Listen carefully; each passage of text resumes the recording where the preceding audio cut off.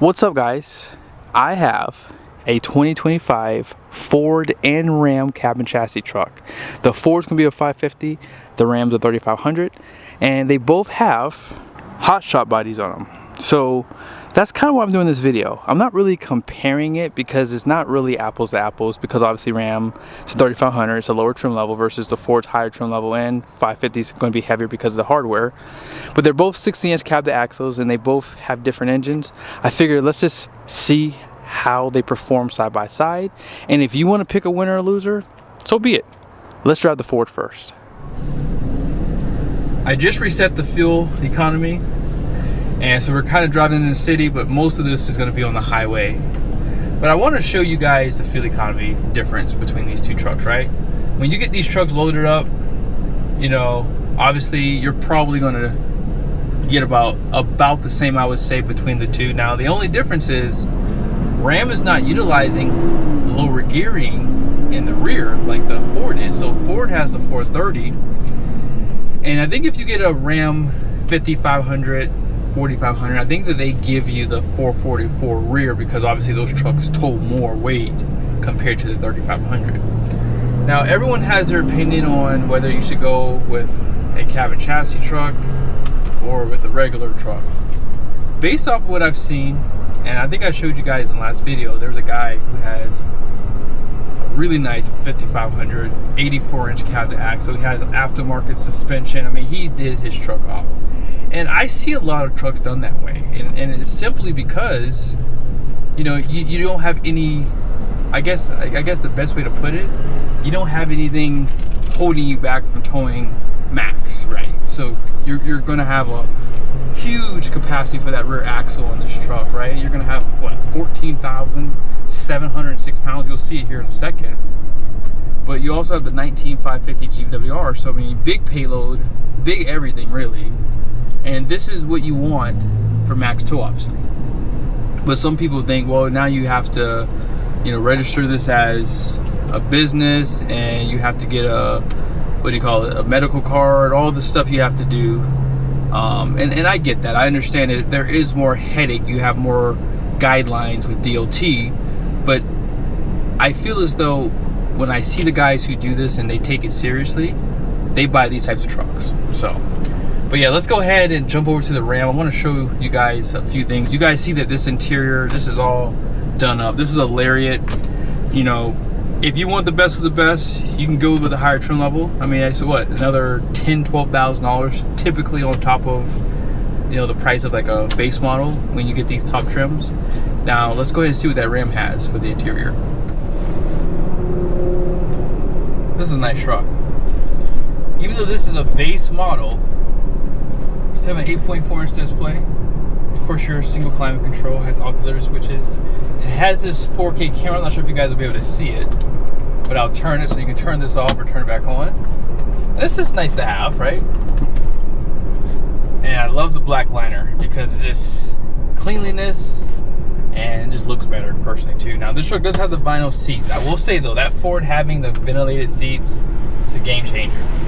And I have to say this out loud because it's just the truth. I gotta tell you the truth. Ford's AC is so cold, it will freeze you out of the truck. And I'm gonna see how this truck does. I'm gonna keep it on max here, and I'm gonna see how it does on this trip. But overall, I mean, this interior, it's okay. I always have to have vinyl flooring in a truck like this. I don't want carpet in this, because when I go to clean it, all I want to do is, I might even just rinse it all out and just wipe it down personally, just because it might just be better than just vacuuming it. But the reality is, this is a more basic truck, but you have the 7-inch screen here, which you'll see in a second. I did add these Banks iDash Pro gauges too, so you can use your phone, set up different temperatures for it. And I like to see exhaust gas temps, so this dresses up the interior nicely too. And for this truck, is actually free.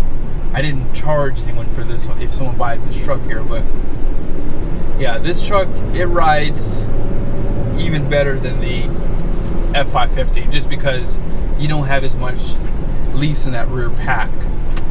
You do have 2 overloads versus the 1 though on the Ford. I'm not sure why Ford just likes just the 1. They They're like the only one that doesn't give you like at least 2 or 3. I know GM sometimes will give you 3 for the dualies out back. But yeah, overall the truck rides super good. It's 101 degrees today. At some point I will tell you what the density altitude is. It's going to be significantly higher than what the altitude is. It's probably 4,300 feet. Now, yeah, the fuel tank on the body is 108 gallons, not filled up. This truck rides amazing. If you put 108 gallons of fuel in there, times that by 7, that's 7 pounds per gallon for diesel, I believe. It's like 7.1, somewhere in there. That's how much weight would be on that bed. And it's gonna ride even better. Now when you look at the RPMs, right?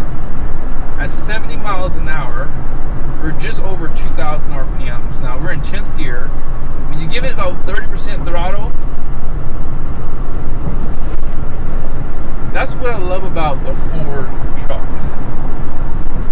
And because you do have the lower gearing, you are at a higher RPM, it never downshifts. It just stays in 10th gear because you have enough power and you have enough RPM to stay there. So there's no need for it to downshift. So that transmission is going to stay cooler, although Ford transmissions do run warmer, but it's going to help with the temperature for sure, just simply because it's not needing to downshift so much, right? It has enough power to keep it going, especially if you're towing. I mean, I'm sure if you ever in tow haul mode and you had 20,000 pounds back there, it may not utilize 10th gear. It might stay in 8th gear or 9th gear in some cases, you know, on these kind of flat roads. But when you think about that Ram has higher gearing.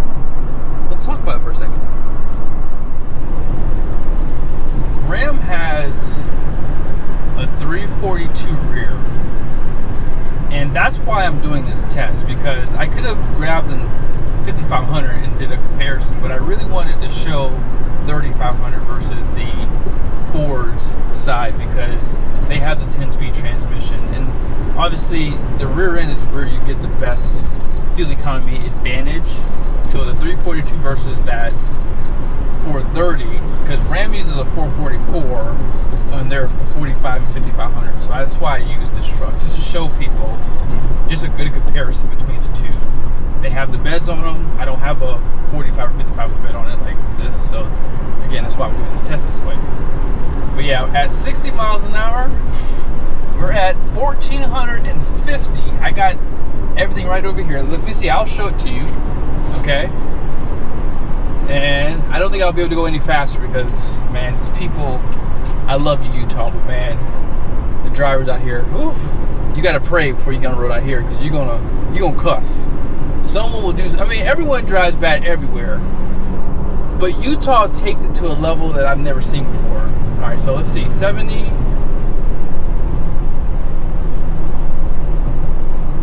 Yeah, I can't. I'm at 1640 for the RPM. But yeah, my point is, at 70 miles an hour, we're not even close to 1800 RPMs. I mean, that's the beauty of that 342 rear. This 8-speed transmission, there's no delay, there's no hesitation, all of it's gone. So that Eisen was really reliable. I'm sure the ZF will be reliable too, because they've been using ZF in Kenworth trucks and Packard trucks too. So nothing new here. We just got to see how it performs long term for the Rams, to give it the trophy of reliability. You guys see that? 65 miles an hour, 10th gear, about 1800 RPMs, give or take. That's nice. You know what else? Ford blesses you with, I jumped out too fast, an indicator for both of the fuel tanks below the frame, right? Love that. And you have your temperature. So if you want to see your temperatures, 190 degrees for the coolant, 201 for the transmission. Like I said, Fords just run warmer. I mean, you'll see on that Ram here in a second where that temperature is. I mean, I drove the Ram to the fuel station today. I had to drive the Ford further today But yeah, the temperatures, this is what you're gonna see. It's 100, actually it's 94 degrees right now, so originally it was. But I do like that they give you the measurements for the diesel, so you have your boost, you have your engine brake. Actually, let's do that real quick. I'm sure you guys wanna see this. So engine brake.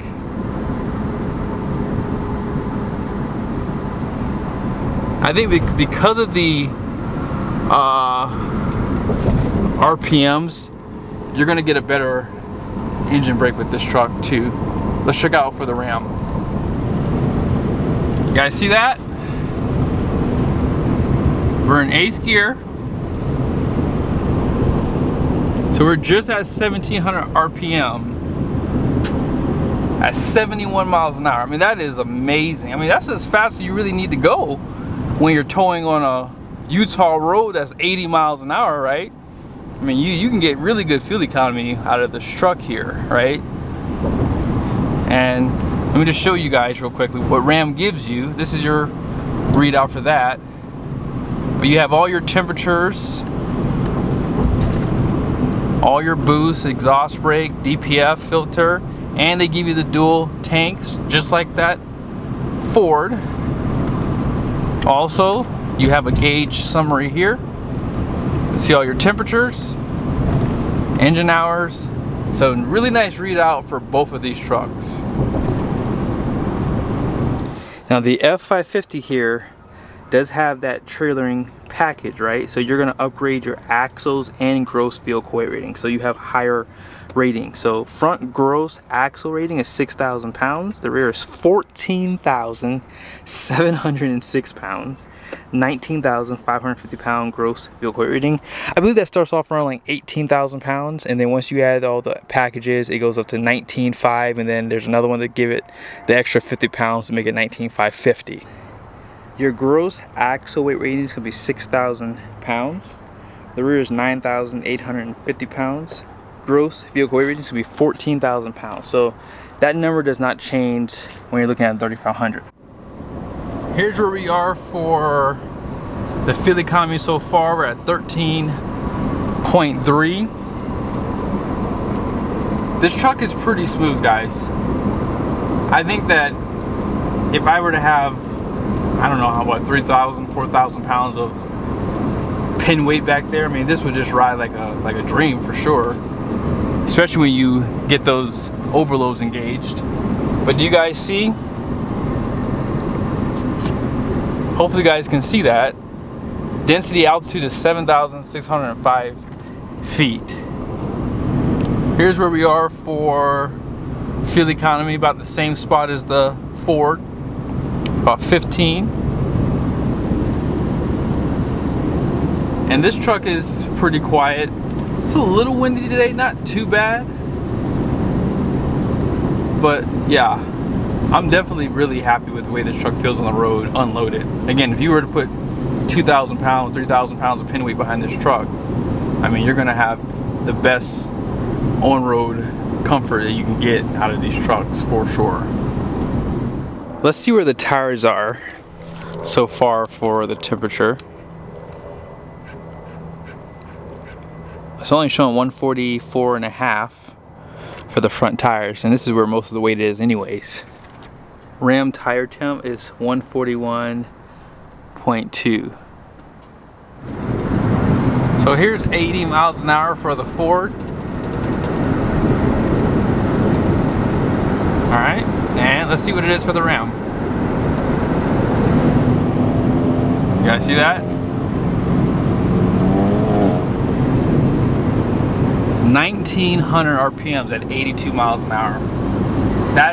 That's the reason why this truck is going to get the better fuel economy. You don't have to really see it, but when you're towing, that's going to change a little bit, right? Sometimes the lower gearing can get you better fuel economy while you're towing because you're not needing to utilize lower gears. You're able to stay in a higher gear. So again, while you're unloaded, this truck is going to probably do a little bit better unloaded, but when you're hooked up to a trailer, that's where things could change a bit for you.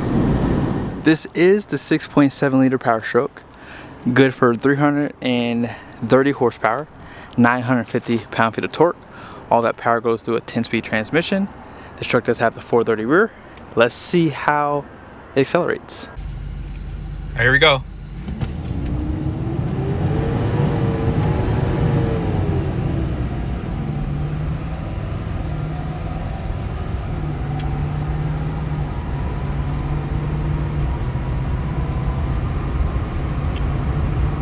Here's the Cummins, new for 2025.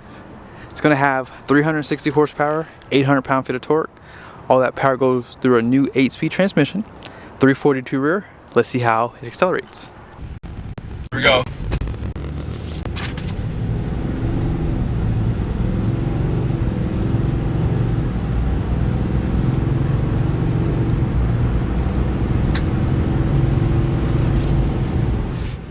Pulling back in with the Ford, we are at 14.8 MPG, 13.1 miles driven. That is not bad for this heavy truck. Let's see what the Ram is at. Just pulled back in, 13.3 miles driven, 16.9 MPG. Gearing won the fuel economy. That's all you can say about that. I know that some people could make a argument about the weight, but these trucks, I don't think that 500 or 600 pounds is going to really matter on these types of trucks. You know, they both have the beds and they're identical, 60-inch cab to axles. But hey, here's what you have to understand. Lower gearing is always welcomed, even if it's an option. And that's what Ford does really good. Whether you get a gas or diesel, even on the regular truck platforms, you get the 430 available with the 7.3, right? Now on the cabin chassis side, the 410 does come standard on the 450, 550 trucks. So if you want max trailering, you have the 430, so you get that lower gearing with the 10-speed. With Ram, the 3500, you only get the 342. You cannot get the 444 in this segment. You would have to go to a 4500 or 5500. So here's what I'll say. Because the gears are deeper in the ZF transmission with the Ram, and because you have 2 more gears compared to the Eisen, that might help a lot for you when it comes down to towing. So I don't know, maybe if I have a chance, I wish I could tow with these trucks, but they're brand new.